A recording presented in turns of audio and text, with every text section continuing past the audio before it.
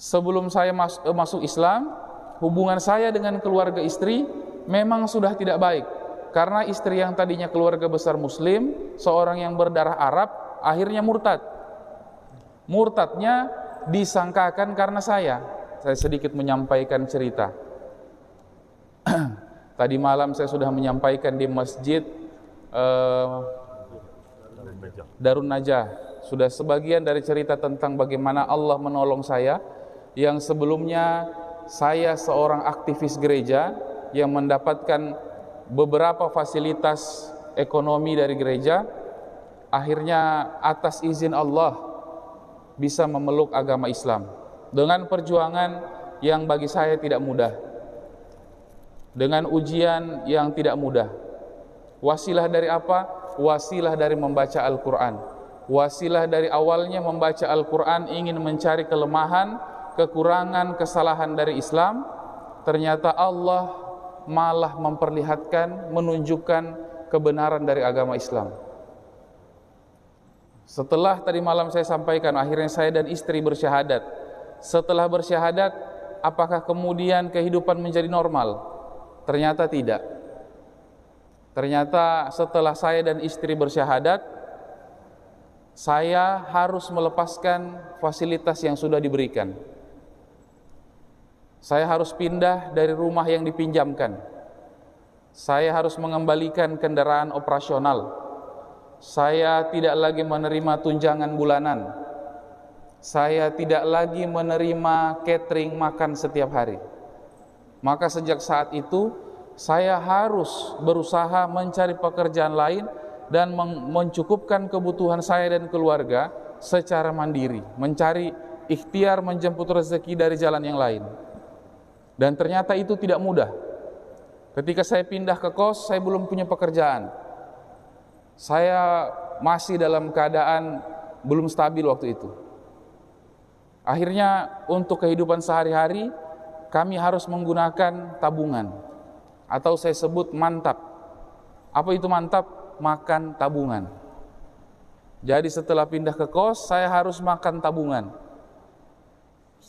Beberapa waktu kemudian tabungan pun habis, karena uang terus keluar untuk mencukupkan kebutuhan, beli beras, bayar kos, beli susu, beli pampers untuk kebutuhan anak, kebutuhan keluarga. Akhirnya tabungan habis. Setelah tabungan habis, kami harus manset. Ada yang tahu manset? Makan aset. Jadi apa-apa yang bisa kami jual, kami jual. Barang-barang berharga yang bisa dijual terpaksa harus dijual, karena tidak ada lagi uang. Dan itu berlangsung beberapa bulan. Dan saat-saat itu, saat saya dan istri sudah bersyahadat, hubungan saya dan keluarga itu tidak baik. Sebelum saya masuk Islam, hubungan saya dengan keluarga istri memang sudah tidak baik. Karena istri yang tadinya keluarga besar Muslim, seorang yang berdarah Arab, akhirnya murtad. Murtadnya disangkakan karena saya. Maka ketika kami menikah, saya tetap jadi orang yang dibenci oleh keluarga istri saya. Karena mereka berpikir bahwa murtadnya anak mereka, keluarga mereka, itu karena saya. Nah, penyebabnya sudah saya sampaikan tadi malam, bahwa penyebabnya adalah karena dia tidak mendapatkan kepedulian dari umat Islam. Hari ini kita di Indonesia mayoritas umat Islam, tapi kita tidak saling peduli dengan saudara-saudara kita. Kita tidak memberikan empati, kasih sayang kepada keluarga-keluarga kita. Di masjid ini kita semua bersaudara, dipersaudarakan dalam iman, la ilaha illallah Muhammad Rasulullah. Harusnya persaudaraan ini kita jaga. Persaudaraan ini kita tunjukkan dengan saling mengasihi, saling memberikan perhatian, supaya tidak ada di antara kita yang mengalami hal-hal yang sama seperti dialami oleh istri saya. Kita mungkin pernah mendengar orang mengatakan bahwa ada yang murtad dikarenakan ekonomi, ada yang murtad dikarenakan Indomie. Sebenarnya mereka itu murtad bukan karena Indomie, tapi karena kita tidak perhatikan mereka. Jadi ketika ekonomi mereka sulit, kita sebagai saudara muslim, tidak memperhatikan bahwa ekonomi mereka sedang susah. Akhirnya datang saudara-saudara kita dari agama yang lain mengantarkan sembako. Dan ketika mereka mengantarkan sembako, mereka tidak hanya mengantar kemudian pulang. Beda dengan kita, beda dengan umat Islam di banyak yayasan, di banyak pergerakan-pergerakan sosial. Kalau terjadi bencana, kalau pergi menjenguk misalnya mualaf atau saudara-saudara muslim yang sedang dalam kesulitan, itu hanya datang, bawa sembako, turunkan, foto sebagai dokumentasi, pulang. Tapi mereka tidak. Kami dulu tidak seperti itu. Sebelum berangkat, kami mengatur strategi. Kami mengatur berapa banyak tim yang pergi, siapa yang menjadi MC, siapa yang bagian mencairkan suasana, siapa yang melakukan pendekatan ke ibu-ibu, siapa yang melakukan pendekatan ke bapak-bapak, siapa yang melakukan pendekatan ke anak-anak, apa saja senjata yang perlu dibawa. Untuk anak-anak kami siapkan senjatanya, snack, permen, coklat, permainan. Untuk bapak-bapak disiapkan juga, untuk ibu-ibu disiapkan juga. Ada yang bagian khusus memainkan alat musik untuk menghidupkan suasana, untuk menyentuh hati-hati yang mendengar. Maka ketika sampai di lokasi, kami sudah tidak bingung. Semua akan berada di posisinya masing-masing dan langsung action. Tidak langsung membagikan sembako. Dikumpulkan masyarakat itu dalam rangka membagikan sembako sebenarnya sebagai umpan. Karena niatnya sebenarnya ingin menyampaikan dakwah dari agama mereka. Sembako sebagai umpan, karena tanpa sembako umat ini tidak akan berkumpul. Masyarakat tidak akan berkumpul. Tapi dengan adanya sembako, masyarakat berkumpul. Bapak-bapak, ibu-ibu, anak-anak berkumpul karena ada hadiah, ada snack, ada beras, ada minyak goreng. Maka setelah berkumpul, akan ada tim yang memainkan alat musik. Alat musiknya pun dimainkan bukan dengan sembarangan. Kami mempelajari bagaimana alat musik itu bisa menyentuh perasaan pendengarnya melalui nada-nada yang dimainkan. Nadanya dipilih. Ada nada-nada tertentu yang kalau dimainkan akan menyentuh, akan membuat pendengarnya merasa sedih, merasa semangat. Sama ketika kita sekarang misalnya memutar musik. Ada musik yang ketika kita dengar kita semangat. Ada musik yang ketika kita dengar kita sedih. Ini faktor dari apa? Dari nada yang dimainkan itu memang akan menyentuh kepada kita. Ini wasilah, setelah saya pelajari, kenapa ada musik seperti ini? Ini wasilah dari Nabi Daud. Beliau pemilik seruling yang paling indah. Beliau ahli dalam memainkan nada. Keahlian ini diambil oleh mereka. Mereka ahli memainkan alat musik. Asalnya dari Nabi kita, dan mereka akui juga sebagai Nabi mereka. Nabi Daud alaihissalam. Nah, ketika sudah sampai di lapangan, ada yang memainkan gitar. Ada yang kemudian perlahan-lahan memetik gitarnya supaya menyentuh kita. Ada yang bertugas mendekati ibu-ibu dengan menyapa. Selamat pagi ibu-ibu, saya lihat ibu-ibu yang datang ini semuanya cantik-cantik. Saya lihat pakaiannya serasi semuanya. Saya lihat ibu-ibu ini mukanya awet muda. Nah, ibu-ibu ketika disapa begini itu akan senang. Apalagi kalau di rumah jarang dipuji, ya kan? Apalagi kalau di rumah selama ini tidak pernah didengar. Ketika keluar bertemu yang begini, dia akan luluh. Begitu pula bapak-bapak. Ada yang menyapa bapak-bapak, Masya Allah Pak. Tidak pakai Masya Allah karena beliau bukan Islam. Selamat pagi Pak. Saya lihat Bapak ini walaupun sudah tua masih tetap ganteng Pak. Auranya masih luar biasa Pak. Nah, kita akan terbawa dengan pujian itu. Tanpa sadar kita masuk pada zona yang memang sengaja dirancang untuk mempengaruhi kita. Akhirnya kita yang hadir tanpa sadar kita masuk dalam zona yang sengaja mereka buat untuk mempengaruhi kita.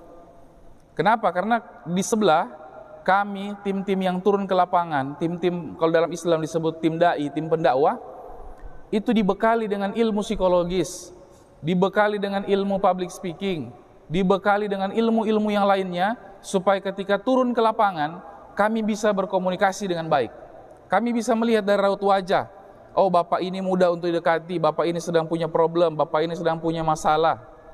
Begitu pula adik-adik, mereka membawakan permen. Adik, ini ada permen. Adik, ini ada coklat. Adik-adik yang tadinya bermain dipanggil, ketika lihat coklat tanpa sadar, mereka melihat misalnya yang membagikan ini menggunakan kalung bersimbol plus di sini. Secara tidak sadar, alam bawah sadar mereka merekam apa yang mereka lihat. Ketika mereka menerima hadiah, mereka melihat simbol itu, secara tidak sadar mereka sudah save bahwa orang yang menggunakan simbol seperti ini baik, suka membagi-bagikan coklat. Akhirnya mereka mulai terbiasa. Sebagian ketika pulang akhirnya ada yang membawa nyanyian-nyanyian. Berasnya kapan dibagikan? Di akhir. Setelah sesi sudah selesai, beras, sembako di akhir. Kenapa dikasih di akhir? Karena kalau ini sudah dibagikan, pasti masyarakat pulang, pasti bubar. Nah, maka ini di akhir, diselesaikan prosesi. Dan kami dulu tidak akan pernah turun ke bencana di awal waktu terjadinya bencana. Kenapa? Di awal waktu terjadinya bencana, banyak yang akan datang dari daerah lain, dari yayasan setempat, dari organisasi setempat. Kapan kami datang? Di akhir. Setelah semua yayasan sudah balik, setelah semua komunitas ormas sudah balik, karena sudah kehabisan bantuan yang dibagi, barulah kami masuk. Saat itu keadaan sudah lebih tenang. Saat itu masyarakat sudah lebih butuh bantuan. Kenapa? Karena bantuan yang kemarin-kemarin sudah habis. Tidak ada lagi ormas, yayasan yang datang, karena sudah kehabisan. Sudah digas pertama, ketika di awal langsung gas, habiskan bantuan. Begitu di akhir habis. Kami masuk di akhir. Keadaan sudah sepi, tidak banyak ormas, tidak banyak komunitas, maka pergerakan akan lebih mudah. Sampai seperti itu. Dan ketika saya pelajari, ternyata strategi-strategi ini sebenarnya ilmu dari Rasulullah. Rasulullah dulu ketika berdakwah pakai strategi, ketika berperang berstrategi. Bahkan Rasulullah menggunakan 2 lapis baju perang ketika ingin berperang. Nah, maka hari ini harusnya kita dalam berdakwah, dalam merangkul saudara muslim kita, pakai strategi, terutama strategi dalam mengasihi, dalam mencintai saudara muslim. Kalau ada saudara muslim kita yang tidak bisa sekolah, kalau kita mampu kita bantu. Kalau kita tidak mampu kita ajak teman-teman kita patung-patungan. Ayo kita bantu supaya anaknya bisa sekolah, kita masukkan ke pesantren. Ada yang tidak mampu beli beras, kita patungan beli beras, kita bagi, berikan makanan. Sebelum ada orang lain yang menyentuh mereka, akhirnya mereka murtad. Murtadnya bukan karena Indomie, tapi karena kita yang tidak peduli. Itu terjadi pada istri saya. Semalam sudah saya sampaikan, di sini saya ulangi lagi. Setelah kami masuk Islam, ekonomi merosot turun.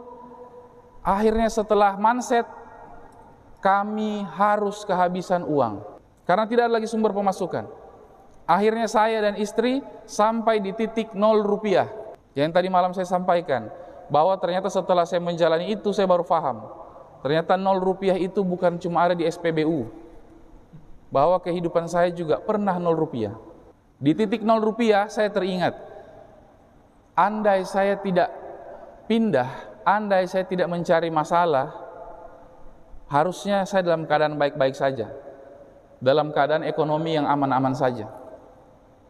Tapi karena saya suka mencari hal-hal yang menantang, akhirnya menantang kebenaran Allah, akhirnya Allah menunjukkan kekuasaannya. Bagi saya dulu mustahil saya masuk Islam. Maka akhirnya setelah masuk Islam, saya sampaikan ke istri ketika keadaan sudah 0 rupiah. Kalau sekarang kita mau mengeluh, kalau sekarang kita mau menangis, kalau sekarang kita mau mengadu, tidak ada lagi jalan lain kecuali buka sajadah, mengadu kepada Allah. Karena keluarga kami tidak punya. Keluarga istri bermasalah ketika saya menikah. Keluarga saya bermasalah ketika saya masuk Islam. Teman-teman pun tidak ada. Karena lingkup pergaulan saya adalah non-muslim. Ketika saya masuk Islam, tidak ada teman. Maka di kos tinggallah kami bertiga waktu itu. Saya, anak, dan istri. Apa yang kami lakukan? Baca Quran aja tiap hari. Baca terjemah Al-Quran. Karena tidak bisa kemana-mana. Mau belajar pun sulit waktu itu. Karena ternyata para ustadz, para guru sudah memiliki jadwal-jadwal yang padat. Ada yang sibuk mengajar di pesantren, ada yang sibuk kegiatan sehari-hari. Maka mau belajar pun sulit. Tapi karena istri saya sudah dari muslim, kemudian kembali, maka dia sudah sedikit lebih tahu daripada saya. Maka saya bertanya ke dia, bagaimana cara sholat, bagaimana cara berwudu, bagaimana cara melaksanakan ibadah-ibadah dalam Islam. Dengan bekal ada buku yang warna kuning itu judulnya Kunci Ibadah. Itu saja bekal saya, buku Kunci Ibadah dan Al-Quran terjemah. Dan bertanya ke istri, saya melihat gambarnya orang sholat, saya tanya, ini bagaimana, tangannya bagaimana, apa yang dibaca. Waktu itu belum bisa mengucapkan bahasa Arab, belum bisa mengucapkan huruf hijaiyah. Sangat sulit bagi saya di awal-awal, karena lidah saya tidak terbiasa dulu mengucapkan itu. Harus belajar. Tapi saat-saat sulit itu saya ingat satu hadis yang pernah saya baca, bahwa Nabi Muhammad mengatakan, siapa yang mengorbankan sesuatu, siapa yang kehilangan sesuatu karena Allah, maka dia Allah akan mengganti dengan yang lebih baik. Hadis ini menjadi pegangan saya, bahwa saya sudah kehilangan ekonomi, saya sudah kehilangan banyak hal, tapi saya yakin Allah akan mengganti. Bahkan saat itu tidak punya keluarga. Saya baca lagi ayat Quran, saya temukan bahwa di Al-Quran Allah katakan, jangan kalian mengaku beriman sebelum kalian diuji. Maka saya sampaikan ke istri, sepertinya ujian yang kita hadapi ini adalah bagian konsekuensi dari kita memilih beriman kepada Allah. Kalau kita mau mengaku beriman kepada Allah, pasti Allah akan uji. Para nabi saja melewati ujian yang begitu berat, apalagi kita. Maka saat-saat diuji itu yang kami lakukan, baca Quran, sholat, diam aja dalam kos. Tapi Masya Allahnya Allah, luar biasanya Allah, di masa-masa itu Allah mencukupkan kebutuhan saya. Kebutuhan makan Allah cukupkan, kebutuhan anak saya Allah cukupkan, kebutuhan kami sehari-hari Allah cukupkan. Saya pun sampai sekarang kalau bercerita tentang ini bingung, bagaimana Allah mencukupkan itu. Apalagi mungkin Bapak Ibu yang mendengar. Saya pribadi pun bingung. Yang saya ingat, ya ada orang-orang yang kemudian datang memberikan hadiah, ada orang-orang yang belanjanya tadi misalnya, ketika belanja dia lihat ada barang yang beli satu gratis satu. Karena dia butuh cuma satu, maka satunya dia berikan kepada kami. Padahal di waktu itu saya di kos itu tidak pasang papan nama bahwa di sini ada mualaf yang membutuhkan dana zakat. Tapi maha besar Allah, ada saja orang yang Allah kirimkan untuk memberikan bantuan. Akhirnya kebutuhan kami selama beberapa bulan, selama betul-betul tidak punya uang itu cukup. Dan di situ saya belajar tentang iman kepada Allah. Saya belajar banyak hal. Ternyata untuk bisa makan, kita tidak butuh uang. Ternyata kita itu tidak makan uang. Ternyata kita makannya nasi. Ternyata kita makannya ikan. Saya membuktikan beberapa bulan saya tidak sama sekali tidak pegang uang dan tidak keluar kos, tapi bisa makan. Maka kalau saya mendengar orang mengatakan, kalau kita tidak punya uang besok makan apa? Bagi saya mungkin dia ketika makan melihat nasi itu seperti uang, melihat ikan mungkin seperti uang. Ternyata tidak. Kemarin alhamdulillah ketika tiba di Putusibau ini, kami diundang oleh Pak Wakil Bupati untuk bersilaturahim ke rumah beliau. Beliau jamu dengan makanan yang begitu banyak. Dan saya teringat, lagi-lagi saya makan tanpa uang. Saya makan ikan yang begitu enak. Saya tidak tahu namanya ikan apa. Pokoknya ikannya enak, masakannya enak. Dimasak langsung oleh istri beliau, Masya Allah. Jarang-jarang kita bisa makan masakan istri Wakil Bupati. Saya beruntung bisa mencicipi makanan itu. Beruntung. Padahal saya ini banyak dosa.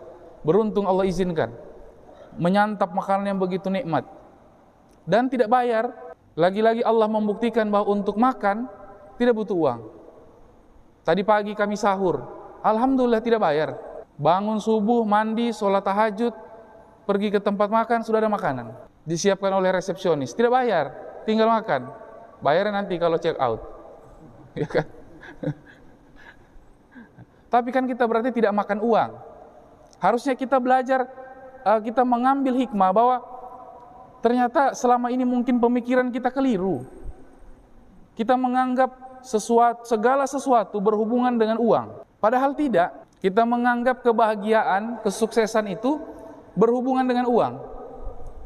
Padahal begitu banyak orang yang punya banyak uang, ternyata tidak sukses.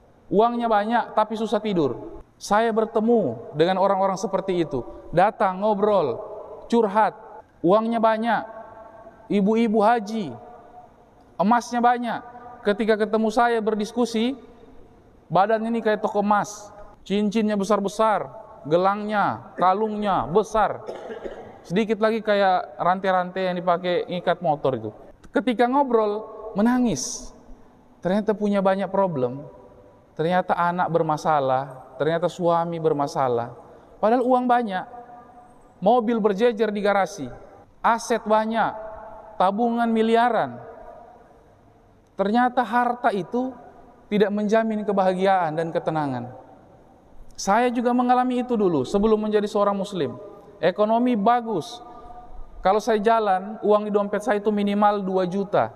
Jadi ketika saya ketemu teman-teman, ketemu anak-anak yang saya didik, saya traktir mereka, ayolah kita makan di warung, makan di kafe. Saya yang bayar. Tapi saya tidak pernah merasakan ketenangan seperti ketika saya sudah menjadi seorang muslim. Secara ekonomi mungkin tidak seperti dulu, tapi Allah berikan sesuatu yang tidak bisa dibeli, tidak bisa dibayar, dan sulit untuk diceritakan. Menjalani kehidupan ini ringan saja, pasrah saja kepada Allah, terserah Allah. Dan ternyata Allah cukupkan. Tidak banyak pikiran, besok gimana, lusa bagaimana, tahun depan bagaimana. Saya tidak pernah mikirkan tahun depan bagaimana. Terserahlah tahun depan itu bagaimana, terserah Allah. Yang saya pikirkan apa? Bagaimana hari ini saya sebagai orang-orang yang sudah ditolong oleh Allah bisa betul-betul bertaubat dan memperbaiki diri. Bisa betul-betul memanfaatkan kesehatan, memanfaatkan waktu untuk beribadah kepada Allah. Sebagai apa? Sebagai bentuk syukur. Syukur karena Allah sudah menolong saya. Syukur karena Allah sudah merubah kehidupan saya. Syukur karena Allah sudah mendaur ulang saya. Setelah melewati masa itu, akhirnya sedikit demi sedikit ada kelebihan-kelebihan uang. Karena ada orang-orang yang tiba-tiba memberikan uang. Akhirnya uang itu lumayan ada terkumpul, saya sampaikan ke istri. Supaya kehidupan kita lebih bisa bangkit, kita harus pelan-pelan berikhtiar. Cari apa yang bisa kita buat. Nah, ketika saya baca Al-Quran, saya dapat banyak ayat-ayat tentang sedekah. Bahwa sedekah itu membuka pintu rezeki, sedekah itu Allah akan balas berkali-kali lipat. Maka saya bilang ke istri, di Al-Quran ini ada cara untuk mendatangkan rezeki yang namanya sedekah. Istri bilang, oh iya sedekah itu begini. Dia lebih paham, dia jelaskanlah ke saya waktu itu. Nah maka saya bilang, kalau begitu uang yang ada ini bagaimana kalau kita beli gerobak kayu. Buat apa? Kita buka warung makan sebagai ikhtiar. Warung makan pondok aja di jalan gitu, pakai gerobak. Di mana tempatnya? Cari ruko yang kalau malam rukonya tidak dipakai, tutup, kita pinjam depan halamannya. Istri mau, oke kita cari. Cari dapatlah ruko, malam tidak dipakai. Di depannya kami taruh gerobak, pasang spanduk, pasang kursi, pasang meja. Jual apa? Jual Indomie. Di situ ditulis, warung Indomie, makan sepuasnya, bayar seikhlasnya. Kenapa makan sepuas bayar seikhlasnya? Karena sekalian mau sedekah. Saya berpikir, siapa tahu ada orang yang mau makan tapi tidak punya uang. Mudah-mudahan ini bisa membantu. Akhirnya bukalah di gerobak itu. Bawa kompor ini kompor bongkar pasang. Dibawa ke kos, dibawa lagi tempat jualan, habis jualan dibongkar lagi, bawa lagi ke rumah, begitu setiap hari. Peralatan masak bongkar pasang.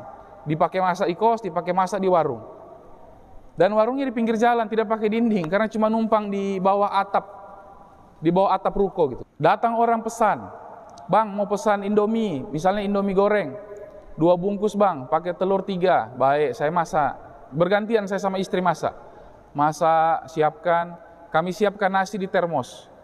Di termosnya itu silakan ambil sendiri.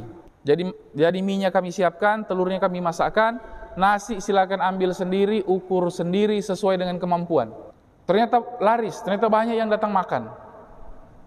Malam minyak habis, telurnya habis, nasinya habis. Oke, tutup. Bayarnya bagaimana? Tadinya mereka bayar ini pakai kotak. Pakai kotak Indomie, saya lakban kembali, saya lubangi sedikit. Jadi untuk bayar silahkan masukkan di situ seikhlasnya. Tidak pakai kasir. Nah, begitu tadi tutup, dibukalah dusnya. Ketika dibuka, la haula wala quwata illa billah. Isinya 20.000. Mie goreng habis 1 dos. Nasinya habis, telurnya habis. 20.000. Iya kan? Ini beli telur lagi kembali 1 rak enggak cukup. Beli mie 1 dos kembali enggak cukup.